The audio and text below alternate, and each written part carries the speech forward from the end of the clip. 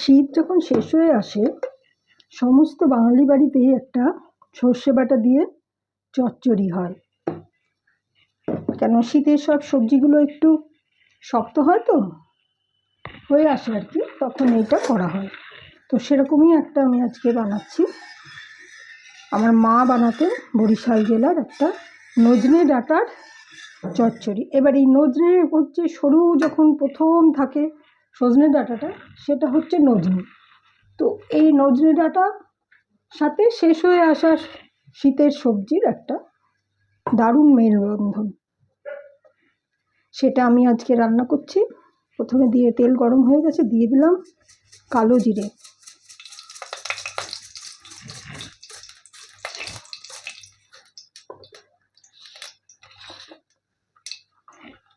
প্রথমে দিচ্ছি নজনে ডাঁটা, কারণ এটা এখনও বাজারে সবাই নেবে না, সজনে ডাঁটাই নিতে চায়। যখন খুব ছোটো থাকে সেটা নজনে ডাঁটা বলে।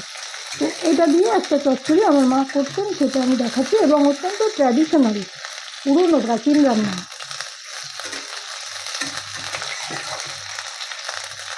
বেশি তো ভাজতে লাগে না, একটু কাঁচা কাঁচা ভাব গেলেই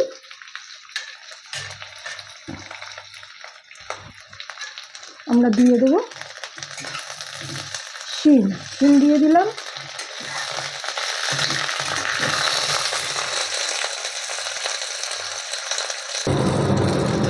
শিমগুলোর কাঁচা ভাব চলে গেছে।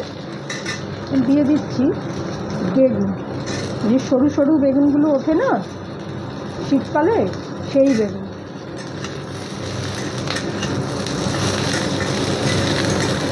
আমার চ্যানেলটাকে সাবস্ক্রাইব করে দেবেন যারা এখনও করেননি, কমেন্ট করবেন, শেয়ার করবেন। এখন দিয়ে দিচ্ছি একটু নুন, তাহলে এটা তাড়াতাড়ি নরম হয়ে যাবে। আজকে একটু কমিয়ে দিলাম।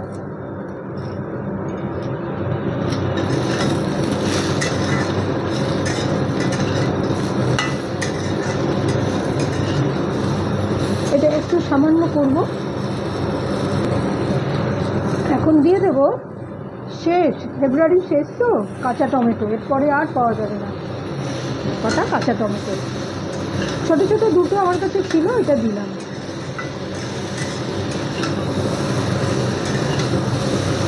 দেখুন কিরকম কাঁচা ভাবটা চলে গেছে।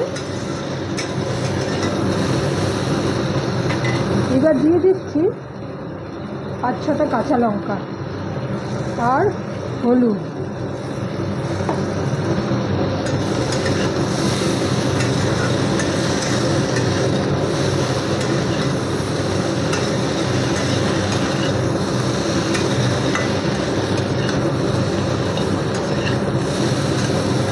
তেলটা টেনে গেছে, কিন্তু যেহেতু বাঙালিরা এই যে চচ্চড়িটা করে না, তাতে ওরা কী করে, এই যে আমি এখন একটু জল দিয়ে দিচ্ছি, তো ওই সর্ষে বাটাতে একটু তেল মাখিয়ে রাখে আর নামাবার আগে তেল দেয়। এই জন্য আমি এখানে এখন একটু জল দিয়েছি এবং তেলটা টেনে গেছে কিন্তু দিইনি, পরে আমরা ট্রেন দেবো।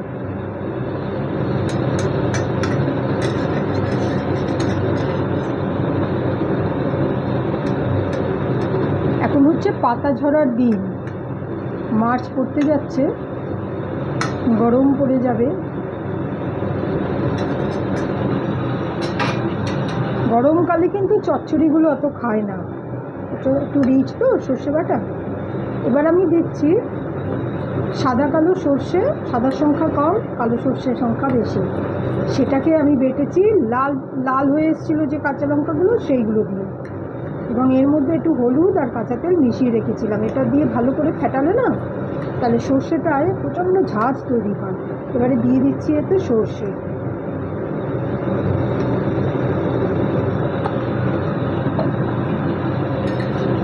ভালো করে মিশিয়ে এটাকে একটু চাপা দিয়ে দেবো।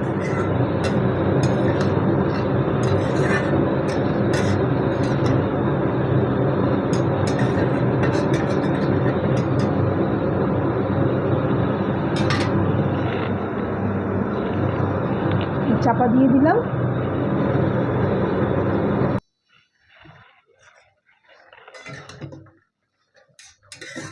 এই জলটা পুরো টেনে যাবে, সিদ্ধ হয়ে এসছে, শিমগুলো একটু বাকি আছে। এই জলটাকে আমরা পুরোটা টেনে নেব, এই জন্য আবার একটু ঢাকা দিয়ে দিলাম।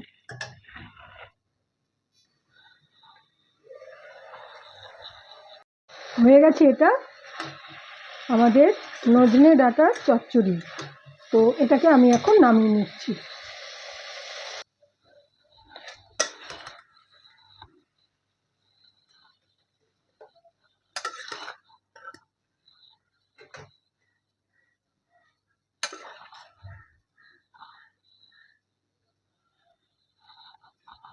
এত সুন্দর হয়েছে,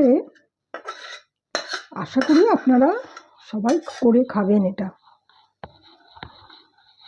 এবং অবশ্যই জানাতে ভুলবেন না যে কেমন হলো।